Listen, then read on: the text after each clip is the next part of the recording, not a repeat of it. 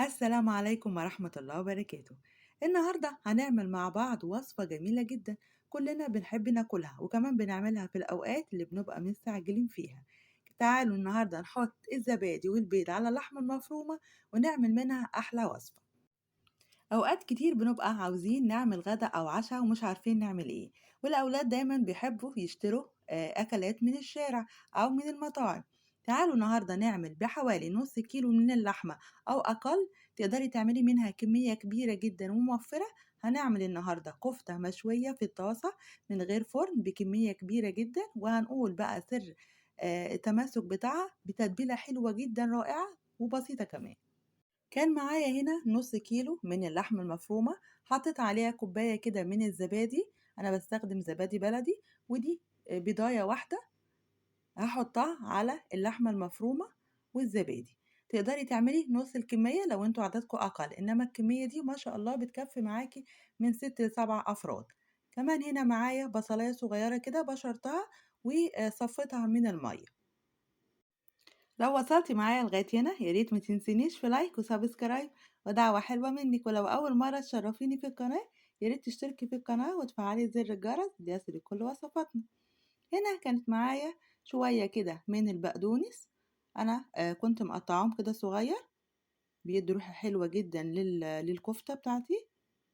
هاحط كمان معاها 3 معالق من البقسماط المطحون، تقدري تستبدليهم بفيجيتار أو دقيق.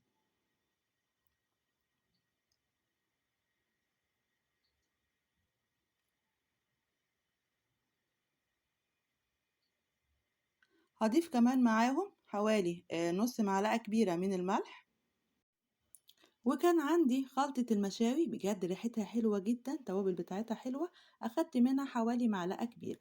لو عندِك بقى توابل للكفتة تقدري تحطي منها، بس فعلًا خلطة المشاوي دي بتدّي لها ريحة مختلفة. حطيت معلقة كده كبيرة من خلطة المشاوي، هاحط كمان حوالي نُص معلقة كبيرة من البيكنج باودر، وده بيساعد الكفتة بتاعتي بتبقاش مكتومة كده من جوّه.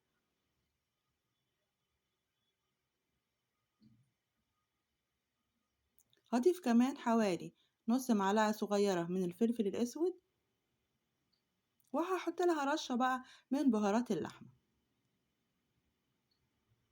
بجد التوابل دي بتخلي الكفتة بتاعتك مميزة وطعمها جميل جدا. هقلب بقى المكونات بتاعتي دي كويس جدا، هقلب البيض مع اللحمة المفرومة والزبادي، كمان البصلة المبشورة اللي صفيناها من المية، والبقدونس، وكمان التوابل بتاعتي والبقسماط. أهم حاجة إن أنا أفضل أعجن فيهم كده شوية لغاية ما يتجانسوا كلهم مع بعض. بجد هتعمل معاكي كمية كبيرة جدا موفرة، وكمان طعمها جميل جدا. كده خلاص بعد ما عجنتي فيها شوية وبقت بالشكل ده، تقدري تحطيها في التلاجة ربع ساعة تتماسك بس لغاية ما تقدري تشكليها. معاكِ بقى مكبس برجر، تمام، عايزة تعمليها زي ما أنا هاعملها دلوقتي بطريقة بسيطة جدًا، فتحت كده كيس من أكياس التلاجة وحطيت عليهم شوية من الزيت وهامسحه كده بالفرشة، وهابتدي آخد الحجم اللي أنتِ عاوزاه.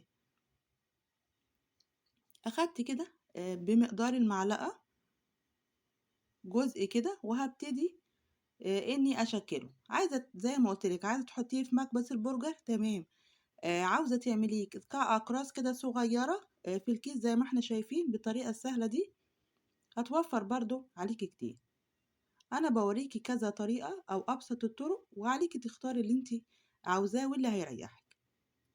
تقدري بعد كده تسويها كده بإيدِك.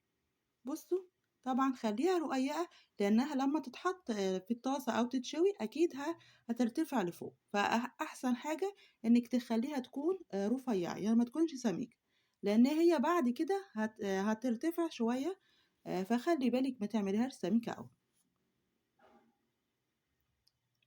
عملت معاكم واحدة كمان كده بالشكل ده، بُصّوا، بجد جميلة جدًا. زي ما قُلت لِك هتعمل معاكِ كمية كبيرة موفّرة، تقدري كمان تعملي كمية اللي أنتِ عاوزاها وتشيلي الباقي في الفريزر، في أي وقت بقى تعمليها ساندوتشات بالليل، تعمليها ساندوتشات للأولاد في المدارس، عشا بقى سهل وبسيط، بجد هي موفّرة وحلوة جدًا.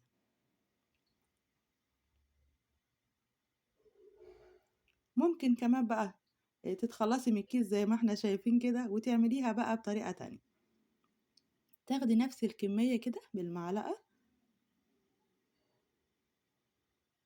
وتقدري بقى تعمليها بقطّاعة، تعمليها على إيدِك كده كدوائر صغنّنة. بُصّوا، أنا خدت نفس الكمية كده بابتدي أبطّطها كده بين إيدي، أعملها دايرة صغيّرة. طبعًا أهم حاجة تكوني حاطة على إيدِك شوية زيت عشان تبقى سهل عليكِ إنها تتشكل، بالشكل اللي إحنا شايفينه ده.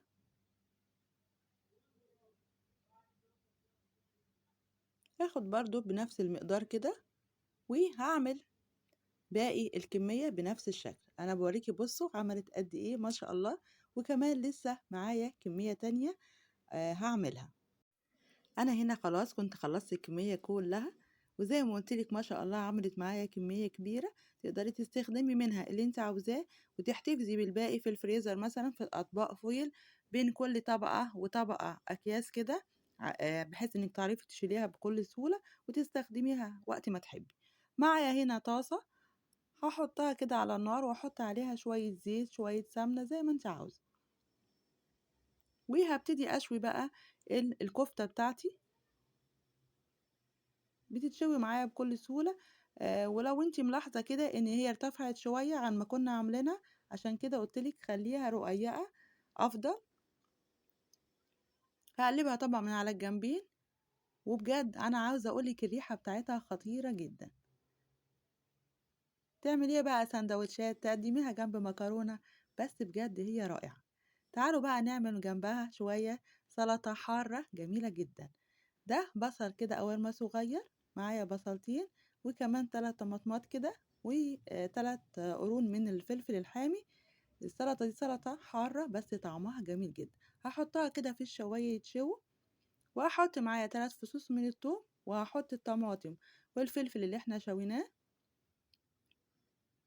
سلطة المشاوي دي بجد طعمها رائع جدًا.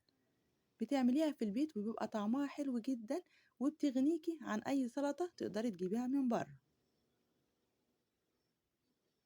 بُصّوا، البصل بعد ما اتشوى، بس معلش هو كان سُخن، حبيت أقطّعه. طبعًا زي ما اتفقنا إن دي أكلة سريعة، يعني بتعمليها كلّها في وقت واحد، بس بجد طعمها جميل جدًا، موفّرة واقتصادية، وهتغنيكِ عن إنِّك تشتري أي حاجة خالص من المطاعم أو من الشارع.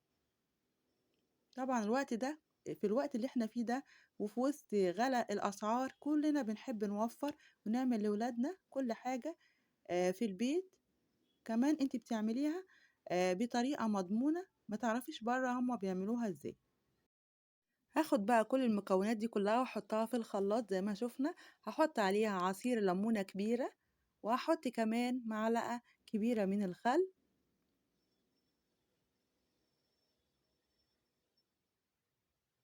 هاضيف لها حوالي نُص معلقة كده من الملح، وحوالي ربع معلقة صغيرة من الكمون. هاضربهم بقى في الخلاط أو في الكبة زي ما أنتِ عاوزة. تعالوا بقى نحطهم كده في البولة، عايزة تضيفي لها شوية من الزيت زي ما تحبي. بس بجد هي سلطة جميلة جدًا، تقدّمي كمان معاها شوية من الكاتشب، وتعالوا بقى نعمل ساندوتشات كده بالعيش الكايزر أو الفينو، تاكليها بقى بعيش بلدي، بجد هي طعمها رائع. نفتح بقى كده الساندوتش ونحط قطعة من الكفتة المشوية بتاعتنا، كمان تعالوا نحط بقى شوية من السلطة الحارة اللي إحنا عملناها في البيت، بجد ريحتها حلوة وكمان طعمها جميل جدًا. ناخد شوية كده على الساندوتش، حطي بقى كمان عليهم معلقة من الكاتشب، بجد بيبقى ميكس جميل جدًا ما بين الحلو وكمان الحادق أو الحراق، بجد طعمها جميل جدًا. تقدري بقى تحطي عليها كابوتشا، خس، جرجير، زي ما أنتِ عاوزة.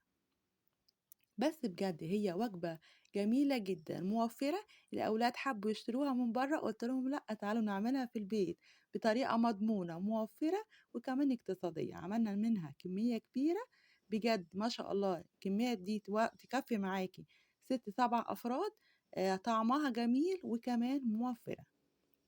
قدّمت لكم النهارده وصفة للكفتة المشوية أو كباب الطازة، بجد وجبة جميلة جدًا موفّرة. كانت معاكم النهارده قناة وصفة وفكرة جديدة، أشوفكم في فيديو جديد ووصفة جديدة من وصفاتنا، والسلام عليكم ورحمة الله وبركاته.